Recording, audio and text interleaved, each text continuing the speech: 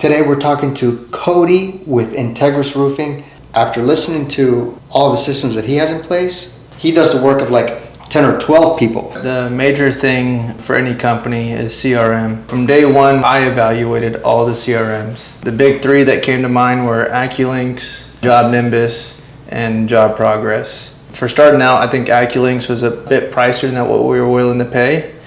So it left us with JobNimbus and Job Progress. At the time, JobNimbus looked a little outdated and a little clunky, and it didn't seem like they were headed in the right direction. So we chose Job Progress because their app was amazing. They had all the tools and features that we needed to be organized, but yet estimate profitable jobs. And it worked well for a few years. But Job Progress back in 2022, early 2022, they got bought out by Leap. I'm not sure. Are you familiar with Leap? Not at all. Never heard of Leap. Yeah, they were mainly a window and bath and remodeling proposal company. You could do proposals in real time and go over with the customer. So they bought out Job Progress, and when they came on, they did this whole webinar explaining how they were going to update the system and do all these things that we wanted it to do because you know things get outdated with time. Well, 8 months went by, not a single update was done. And now it's been about 1 year and 6 months, and we've been off of them for almost a year, and I still yet to see really any updates from them. So I'm glad that we're no longer with Job Progress. We switched to JobNimbus. Reason why is because they got some new investors, and they're putting a lot of time and a lot of resources and effort to make their product the best product, and not only that, an evolving product. Because in the software, the worst one is the one that doesn't stay up to date. And so the ones evolving, that's the ones you want to partner with to grow your company. By us utilizing JobNimbus, we're able to seem like we're this large company because we have automated text going out to the customers when they book their appointment. Automated invoicing through text message. JobNimbus just came out with that. So there was a few jobs that we were a little past due on collecting, and all we did is we sent them a text message through JobNimbus about their invoice, and that invoice was paid on the same day on a few of those invoices. So that was nice. Another reason why he's a top operator is because of how much he values his time and is able to optimize his actions. When you were integrating JobNimbus into your company, you mentioned that you didn't even take JobNimbus's free help. You actually hired somebody that was even more specialized in being able to customize the CRM for your systems and the way that you do business. And so a lot of average operators will just take what's available and don't even think about optimizing to that degree. So tell us more about that process, because it's not just about having a great system, you're able to really squeeze the juice out of every potential feature that JobNimbus has. Yeah, no, appreciate that. That was a part of the reason why we switched from Job Progress, is because they only have one workflow. And as we know in roofing, there's many different workflows. You have a different workflow for commercial as you do residential, but even within residential, you have insurance and you have retail. And then if you're a company that does repairs, then you also have repairs. And that's not all going to go in the same workflow. So in Job Progress, they didn't have the capability of having different workflows, and JobNimbus does. But once we were making the switch, me being the owner and running a lot of things, it would have been a lot of time for me to devote to build out JobNimbus. And honestly, it would have cost me more money in the long run if I would have tried to build out the systems myself. And that's what I think a lot of roofing company owners are guilty of, is sometimes they're trying to take on more than they should in certain aspects. And so my dad, he has his own software company, so I had a little bit of background on that, and knowing how you have to optimize that software for your specific business. Not all roofing companies are the same. So that's when I reached out to John Dye with American Contractor, and I asked him, I saw that he was promoting JobNimbus. I asked him, who helped you build it out? And he gave me the referral. The individual right now, his name is not coming to my head, but they helped me build out the JobNimbus and everything that I wanted it to be, specifically towards my business. And how did you find out about that person? Was it a referral from JobNimbus themselves? No, from John Dye from American Contractor. Okay. So I watch the American Contractor show. They have a YouTube channel and they have a TikTok, and they promote a lot of different things. And one of the things they promote is JobNimbus. Mm-hmm. And John Dye was actually, I believe he was a marketer first, and then he started a roofing company, and his roofing company has done extremely well.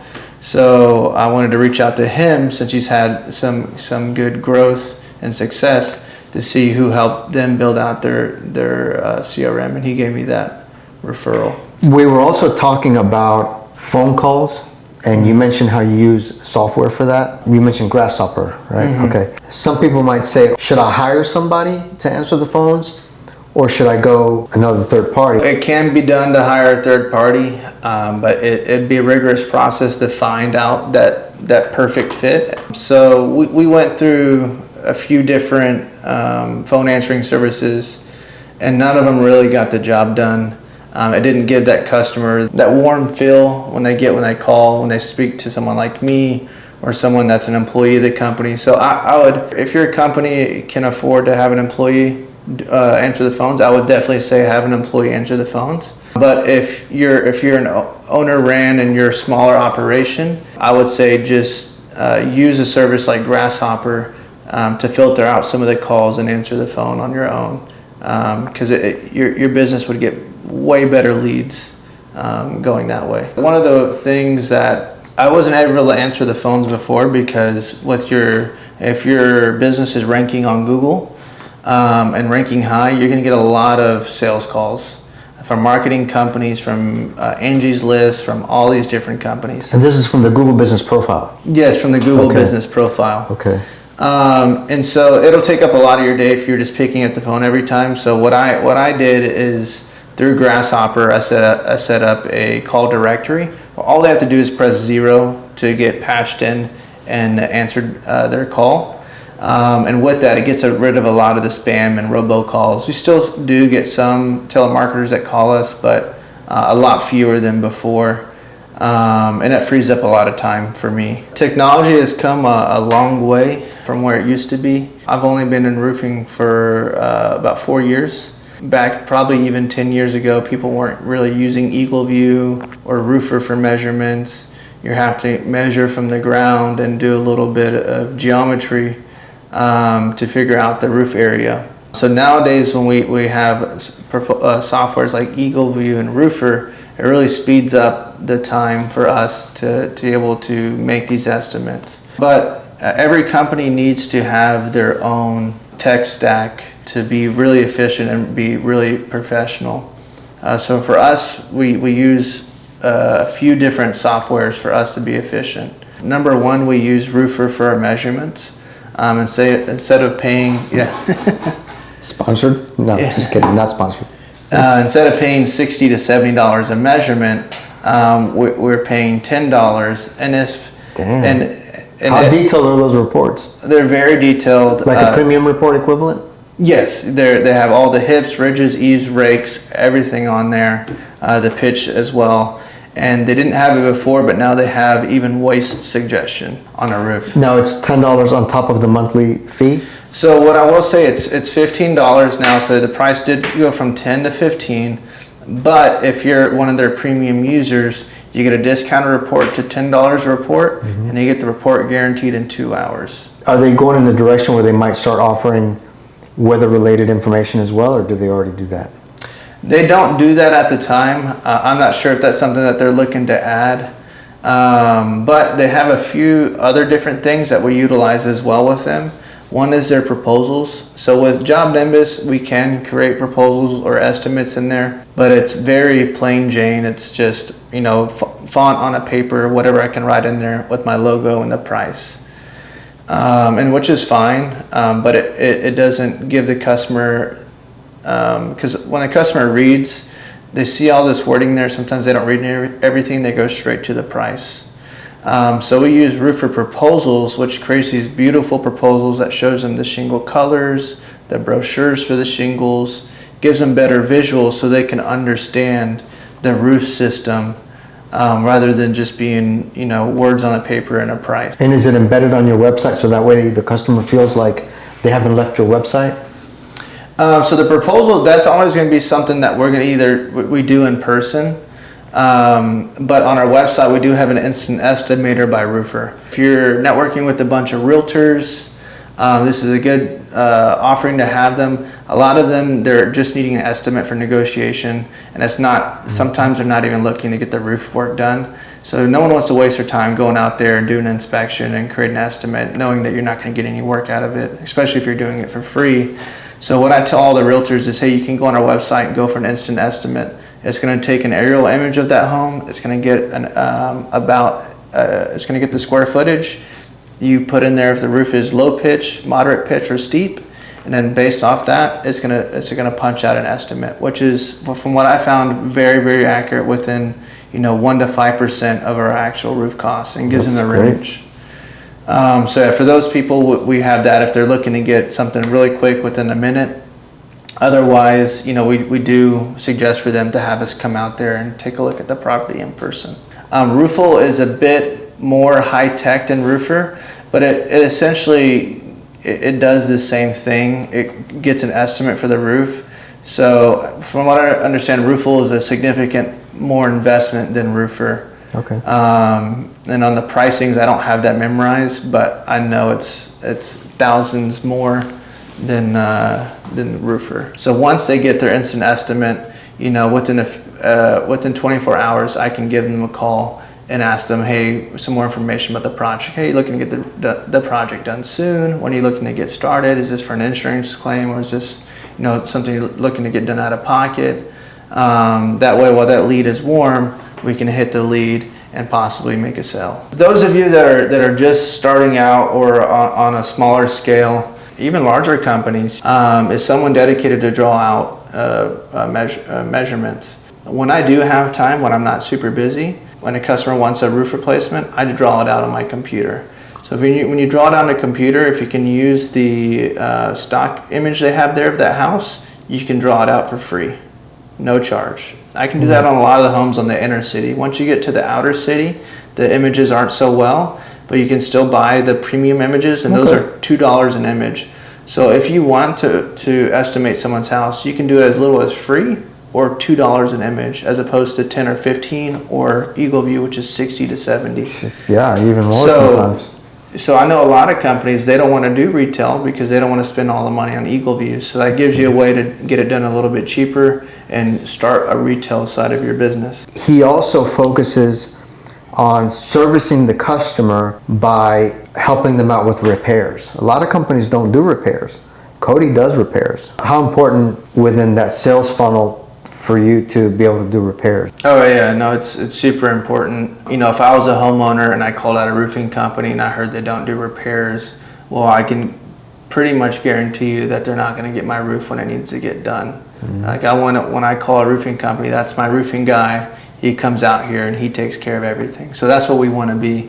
Whether they have a flat roof, pitched roof, tile roof, metal roof, whether they need a repair or replace, we want to be able to take care of it. We weren't that in the beginning, but took a lot of hard work and effort to finding the right guys and learning the different types of roofs and styles. But now I can confidently say that we can repair any type of roof. And how quickly can you get out there once they call you? Usually we can get out there within 24 to 48 hours. Do you use a dedicated person or people, or do you pull from the ones that you send out to do full roof installations? No, we do that all up. I mean, I do it all myself. Oh, the repairs? No, not the repairs, the inspections. Okay, the inspections. Now the repairs, yes, we have dedicated people for that. So it took me a while to find the individuals where I can get it done at a cost-effective rate for us to be profitable in repairs, but it can be done. I would say 99% of the time your subcontractor isn't going to be the person that you want to use for repairs. Typically they're probably going to be more expensive. So you want to find an individual that wants to take on contract work specifically for repairs, and that's what they do, is they go out and they do repairs for roofing companies. All the big HVAC, all the big plumbing companies, they do the same thing. Typically it's not their employees that are doing the repairs, they're hire individual subcontractors for repairs only. So you'll have different subcontractors for your repairs as you do for your full roofs.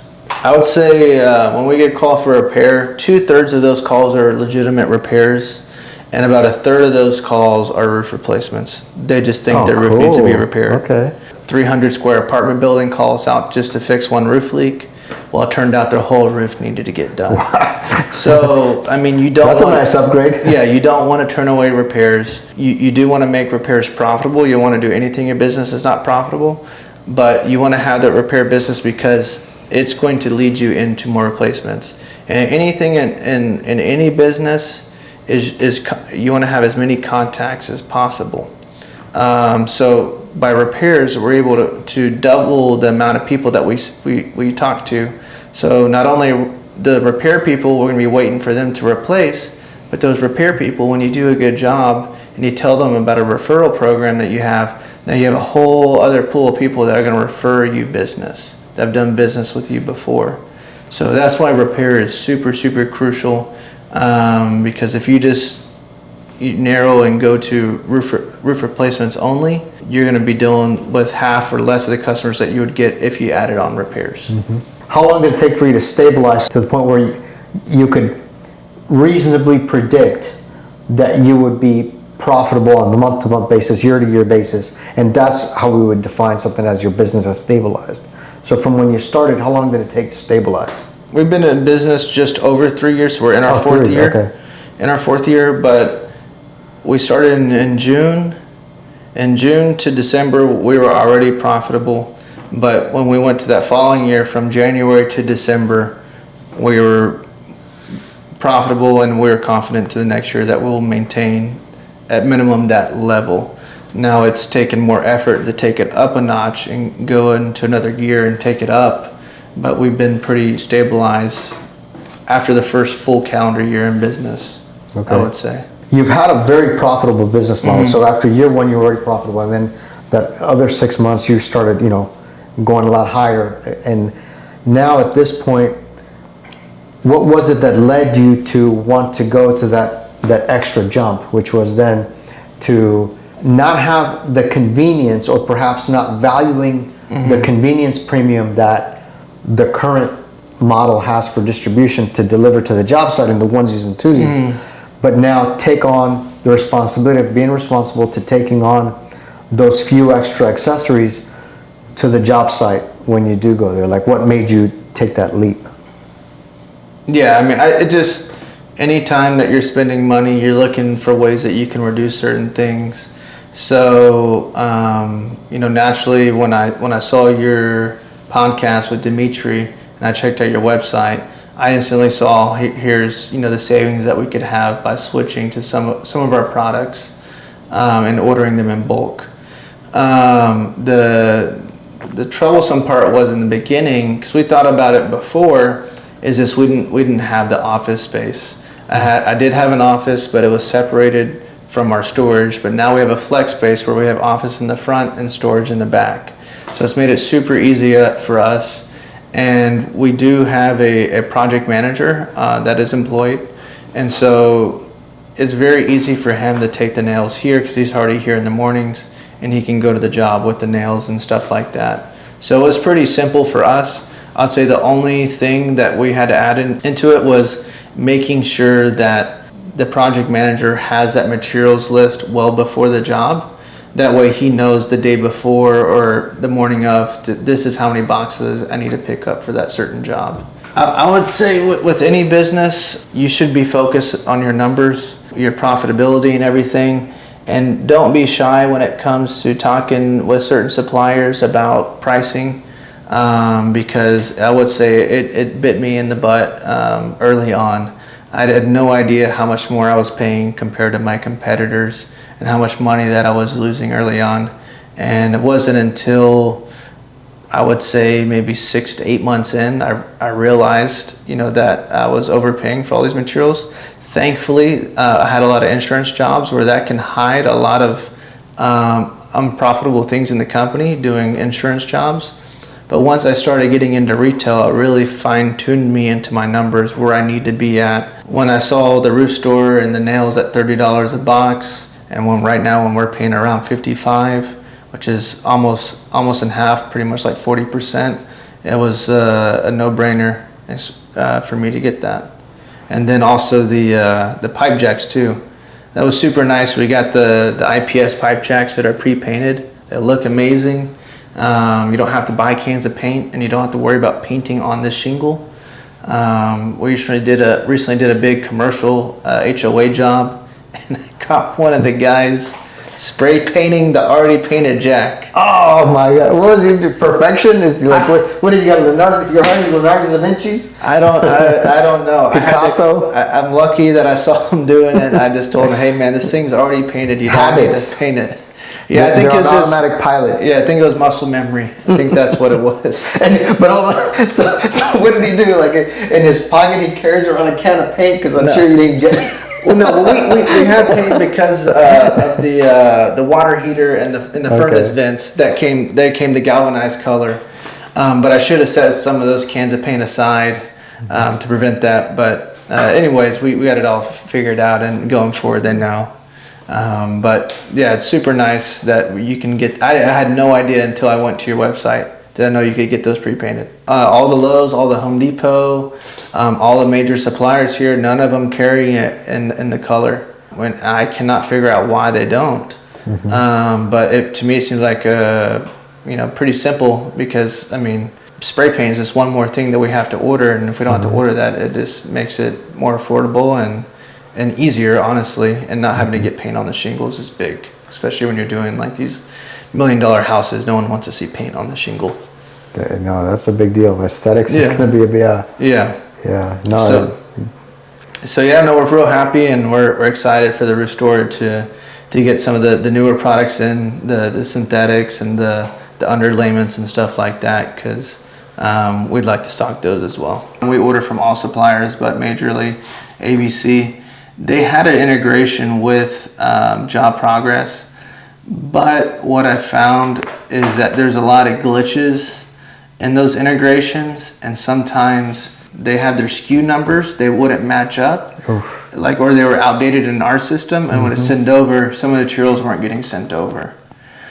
Or say like their pricing on there was off. So I don't know if that's been fixed now. JobNimbus unfortunately doesn't have an integration yet with ABC. I know that they're getting one soon, but we don't utilize that feature. We do the material list in JobNimbus, and they have an automatic button where I can just press send to my rep, and it sends it over to my rep with ABC, and then he gets the order in it. And it has the date that I want it to be delivered and stuff like that as well. Then I can put any special instructions on the bottom. Which would still is an extra added step that unnecessary, because anytime you're dealing with a human being, there's another statistical probability of an error occurring due to human nature. I would say going to the website and ordering it yourself is the simplest, most, not only is it cost effective, but reduces the likelihood of an error occurring, because it's not another person. Because when you email it to the rep, you still have to, he's going to have to input it. I mean, anyone that has done enough orders know that suppliers are not perfect, and that there is human error. We've had wrong color, we have wrong amounts, anything you can think of, it's happened. So we have had to implement the project manager, making sure that when they show up to the job site, that's the first thing that they do. They check that the right colors are there, the right type of material, and the right quantities. And I would say for you owners that are not doing that, you'd be surprised on how many times you're going to catch something wrong, and it's pretty often. So delivered at the job site, then there's kind of a problem there. Most of the time, it's wrong quantities. So you may think, the crew may tell you ordered short on that job, and you're like, man, I swear I ordered the right material. You did, but that material wasn't there. So the crew didn't use more, the supplier didn't send the right quantity. So when people aren't catching that, Here often we've caught it a lot, and we've had to have ABC credit us on certain things. And then sometimes there's also where the thing that we're seeing a lot is the forklifts. Some new guy's driving a forklift and he doesn't stick it into the pallet. He actually sticks it to the shingle on the bottom, and he clips that and he damages those first shingles. Yeah, that's an entire couple of bundles gone. And then, and if you're running kind of short on it, then they're gonna have a tendency to want to install something because they're running short at 6 o'clock at night on a Friday. Yeah. Yeah. So it can be a problem for sure. Yeah. No, being in roofing, if there's a problem, you're gonna run into it one time and you're gonna deal with it creatively, right? My biggest advice if you're getting into commercial or HOA is making sure you put, if you're gonna roof load most of the materials, but leave a good portion on the ground, because the roofs, they have a pitch to it, stuff will fall off and go here and go there, so that's where your waste is going. It's not actually cut waste, it's waste that's just going on the ground and into the mist of all of the trash and all that stuff. So have a direct pile, and I would say don't even keep it near the crew. Making sure that your project manager, that they have to go to him to get that thing, because it will reduce so much waste. As you know, if anything in life, if you just give stuff away and it's too abundant, a lot of it's going to get wasted. As opposed if you have to go to someone to get something, they value those things a little bit more. How are you marketing and getting those leads? Well, most of the leads that are coming in, they're coming in just because of their reputation. So I would say, if you're new, do not go after big jobs. Wait, be patient, wait, trust me, because you'll get yourself into more trouble trying to do the bigger jobs. Build your reputation up, build your experience, really know your production, and then all that stuff is going to come. We've gone out and tried to focus on big jobs, and we struck out a lot of times, but sometimes you just need to let things come to you and don't rush the process. But once you start getting your commercial portfolio together, then I would say market to those businesses and kind of build those relationships in person. I'd have to look it up, but there are some apps where you can look up which commercial buildings are older, and I would suggest try to find what app that is, and then go to those specific owners and knock on their doors. Say, hey, I noticed you had an older roof. We want to build a relationship with you. We want to be your repair guy. We want to be your maintenance guy. And hopefully that building owner has... with an on-site management company is what you're saying? Yes, either on-site management company, or you go to some of these companies, it's just, that's their building. You can find and then they own it and then they're managing it themselves. Yeah, you can find the owner that way, yeah. Any county in the United States, you look at the appraisal district and you can do a reverse search where you type in the address and it'll tell you the owner of the property, whether it be an LLC or an actual human being, but you'll also get their mailing address. So that's another way to cross-reference your information, and really you'll have to mail it to them. They're not going to give you a phone number, but at least that's another way of finding out who the owner is and contacting them directly via mail. Yeah, and then most cities, they have apartment associations. They'll have different annual conferences and stuff like that for property management companies. What about the marketing that you do? Is a lot of it coming in organically through SEO, through the Google Business Profile, Google Guaranteed, direct mail? What's happening? So I like many people, they come in through the store market, the insurance market. I had a lot of success. So check in hand, they're ready to spend. Yes, yeah. Okay. And it's not even their check, it's the insurance check. It is theirs, but not theirs, it's not their money. But I got a lot of easy jobs because of that, because you're going in, helping out people affected by hail. That's, for me specifically, was hail. But once the storm started drying up, questions started coming ahead. Okay, things are starting to slow down. So I asked the owner of the company I was working with at the time, I said, hey, how often do these storms happen? He's like, I don't know. He shrugged his shoulders, I don't know. I'm like, what do you mean you don't know? He's like, they could happen every year. They could not happen for 5 years.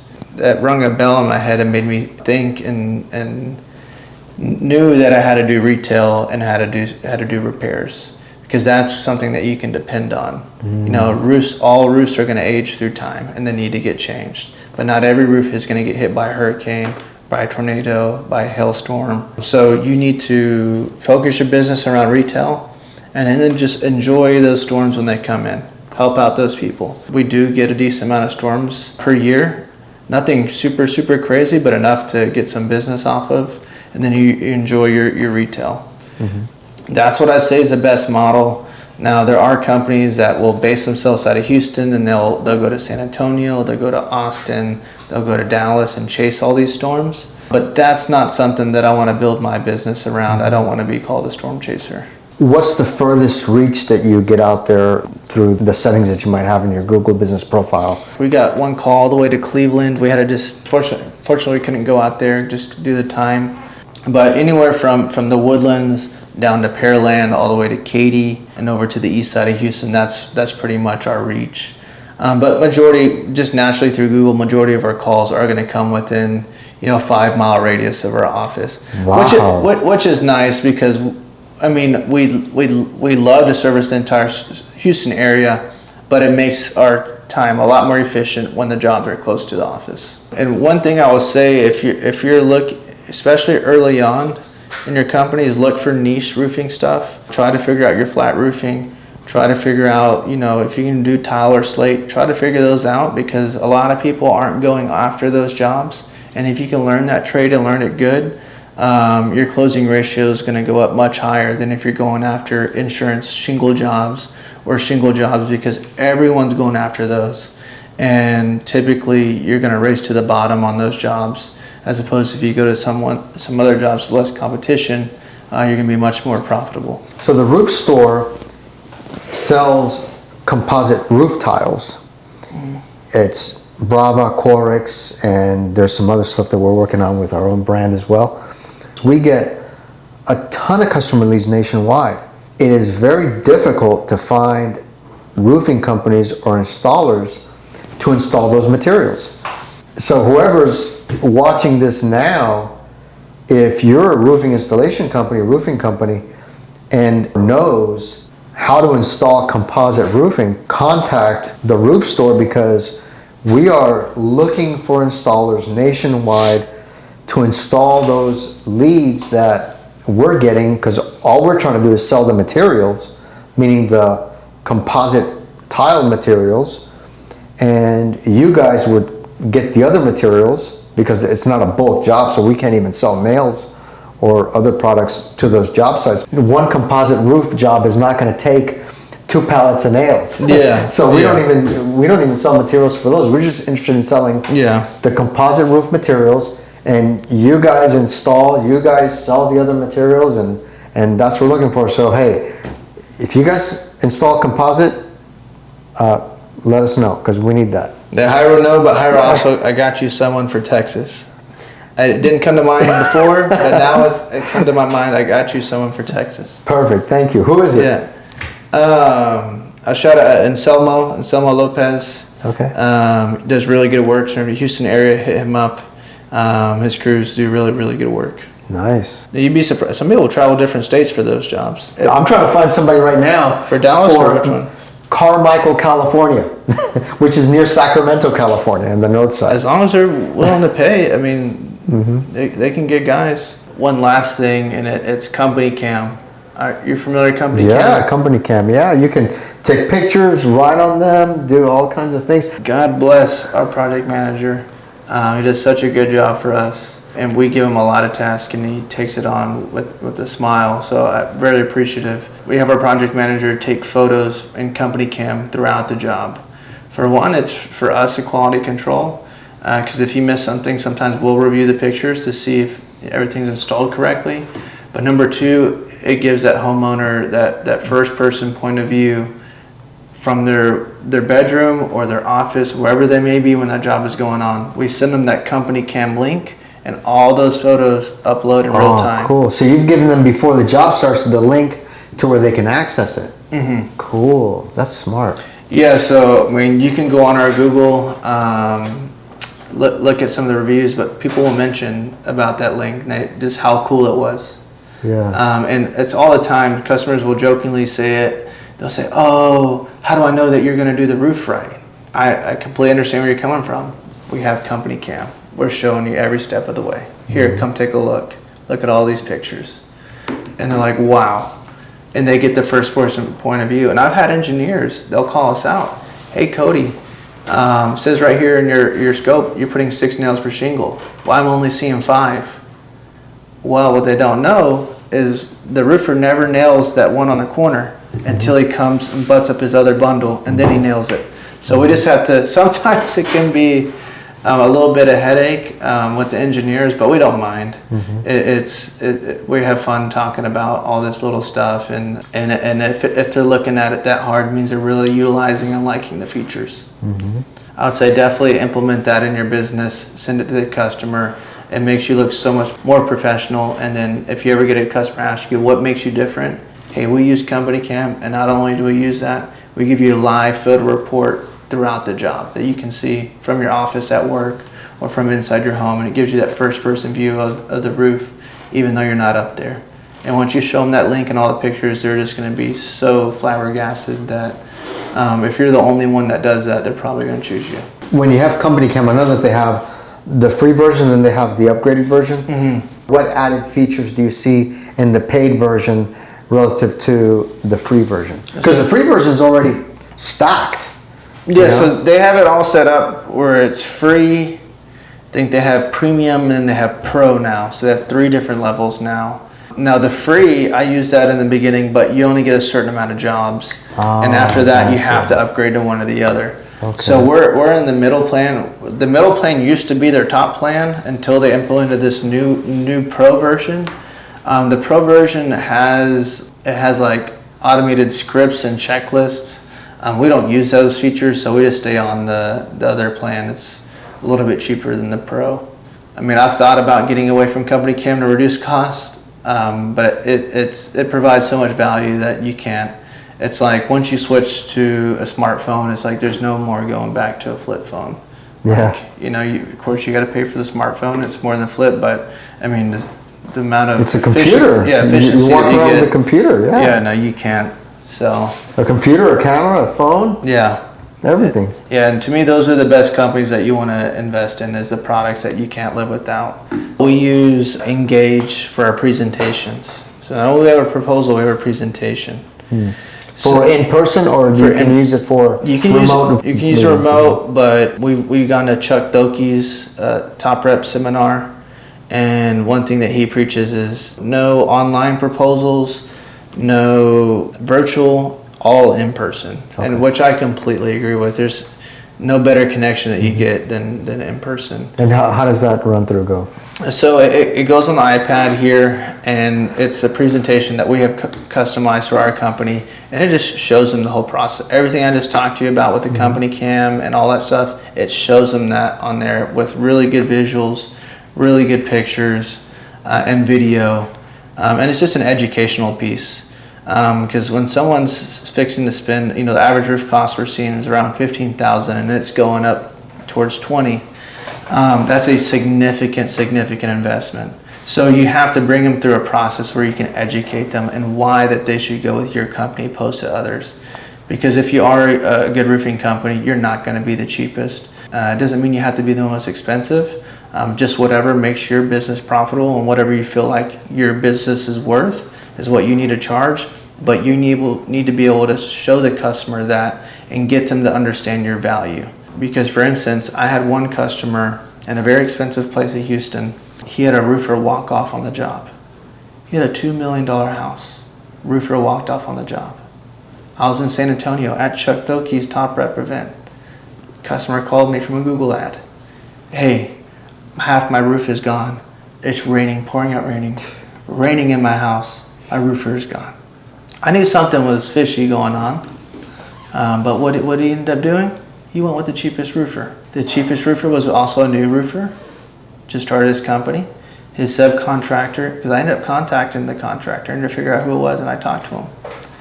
His subcontractor pulled up to the job. Notice it was 14 on 12, all the way around. Wow, that's the subcontractor's crew was walking off on the job unless they were getting paid more. Mm-hmm. So the sub goes to the contractor, hey, they started tearing off. They said they need more money. Yeah. They can't do it. And then contractor goes to the homeowner. Homeowner is like, what the hell? You knew you got yourself into. Why are you trying to bring the price up on me? Yeah. And unfortunately, while the whole dilemma was happening, poured rain all into his house. He had to get, those companies that come in with all the blowers, get all the moisture out and do a bunch of remediation. And luckily we were able to come in and get the job done. But I had to go, even with him, he was hitting me on the price. I said, hey man, price is what got you here. Now, we can get this job all done and make this look beautiful like none of this ever happened. But you have to pay us what we're worth. And he did. And by the end of it, he was happy. The reason why it costs much more for steeper roofs is because it takes more people and it takes longer. Yes. Let's say and please look, I'm not a roofing company. We supply roofing materials. I immersed myself in this industry to make sure that I knew what the hell I was doing, at least up to the point of what I needed to do, and also to provide value to the people I sell to. So the reason why you have to charge more is because it requires more people. If you're dealing with a 12-12, one person has to be standing down here nailing, and then the other person has to actually feed it and hold it. So now you're requiring twice as many people, and that's just one example. You might even need 3 people for every one person that you would normally have on a less pitched roof. So the reason why it costs more, not because of the safety issue, that's what people say, but it's not. It's because it takes more people and it takes longer. Something that they could do in a day, if you've got a 12-12, you can't do that. You can't do 30 squares in one day, right? Yeah. You can't. It's going to take you longer. Yeah, and the same goes for 3 stories. Those homes, same. Guys got to go up a 3-story ladder, bring up bundles, this and that. We have to charge more because it takes a lot more time. Even though the roofs are itty bitty, that we see on Houston, you can have roofs 350 to 450 a square. We're more the 450. Where I think our minimum right now is like at 410. If we don't apply any discounts or anything like that. So 4 to 5. Yeah. Okay. But for Houston terms, it's 350 to 450. Yeah. Until we get into some of these niche jobs that you're talking about, your 14 on 12s, your 3 stories, then you'll start getting, so like 3 stories, you'll get to like 600 a square. But the roof's only, say the roof's 15 squares, what would that be? That would a $9,000 roof. So on averages, it's still very low cost compared to averages $15,000, but they are paying more per square foot because of the heights factor on a 3-story. Yeah, and here's another thing: when you guys are doing inspections, for you guys that haven't figured this out yet, you need to make sure that you're figuring out what kind of fasteners are being used on that roof. Are there ring shank nails? Because that's going to take longer to take out the debris. Are there screws through your inspection that you're making sure that you know what kind of fasteners are being used? And all of that is going to affect your profitability. Part of being successful, 99% of it is going to be preparation. When you're doing inspections, add that to the checklist. What kind of fasteners are there? This is one thing that 80 to 90% of companies don't do. Go in the attic. I'll tell you the number one thing we're looking for, and it's not leaks, it's the decking. So it's been a handful of times that we've caught wood shake underneath the shingles. Oh. Can you imagine tearing off a roof? An added layer, and they've got wood shake under there? Yeah, and if you know anything about wood shake, what kind of decking does it have? I have no idea. It has space decking, either 1x6 or 1x8, and it's spaced like more than my cell phone. Probably my cell phone. That's the amount of space. So can a shingle hold itself on that? Absolutely not. So not only do you have to tear off the wood shake, you have to resheathe the entire roof with OSB or plywood. We implemented the attic pretty early on, and there's been several times that I go in there, everyone else has bidded the roof out. Not one person has been in the attic. I go in there, hey, do you know you have wood shake? What do you mean wood shake? I mean, come up, and I ask every time I tell them to come in the attic. They don't have to come up in there, but just go to the attic door and look up. And I show them, oh my goodness, I had no idea. Yeah, we got to take all that off. And we got to resheathe this whole roof. It's much better you tell them it before you take the roof off. Yeah, because you're under contract, and you as a contractor, if you bid that job, I mean, now you're talking about a legal discussion, and you know your wife's in legal matters. Your wife's an attorney. She'll tell you, look, you can't go back on a contract and say, "I was just kidding." Yeah, I'm gonna have to charge you double. Yeah, no, because of the debris, the cost to get it out. No, you're stuck, and you just lost. Yeah, no. I mean, there's been some change order stuff we have to do, but yeah, it's really hard to get out of that, you know, that predicament. Yeah, another big one is the surprise of not inspecting correctly how many layers are really under there. Yeah. Sometimes that can still be tough, but yeah, no, that definitely, you go to the eave, go to your rakes, take a look to see if you can see the layers. But another reason why we go in the attic is for leaks. That too, it can help identify problems that are already happening to create some urgency. And then also, is just to see, do they have Tech Shield or do they have regular OSB? Nothing's more embarrassing than if you go to make a repair and they have Tech Shield and you put in regular OSB, and the homeowner goes in the attic and they see that. Now you got to go and fix that problem. Or better yet, the home inspector will point out, hey, a repair was done here. Because I see regular OSB, then I see Tech Shield everywhere else. And the homeowner is going to call you a few years later, hey, you know, can you come fix this? You put the wrong type of plywood. No one wants those calls. So it takes 1 minute just to go in the attic.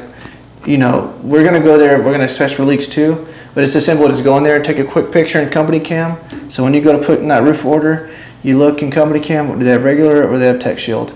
Okay, they have Tech Shield, put Tech Shield in the order. So for you guys that have a bunch of people, or when you have employees that are doing the inspections that you're delegating this work to, then you definitely have to have a list, a checklist, and so add that to the checklist. Is it regular or have that Tech Shield that you mentioned? That's great value. Thank you for that. So I'm sure some of you guys are going to incorporate that into your systems. Yeah. Well, we do utilize a checklist.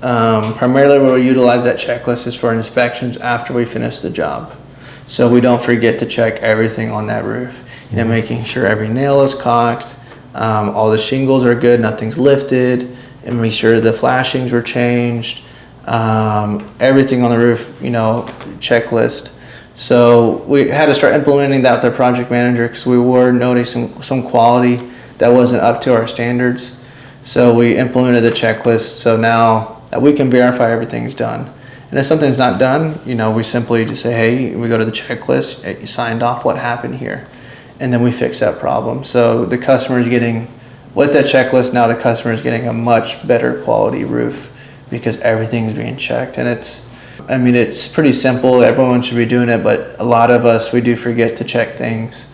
And so if you implement that checklist, it's just going to make sure to hold yourself accountable to what you say you're going to do. Thank you, Cody. Integris Roofing, amazing operator. There's lots to learn from him. All right. Thank you, guys.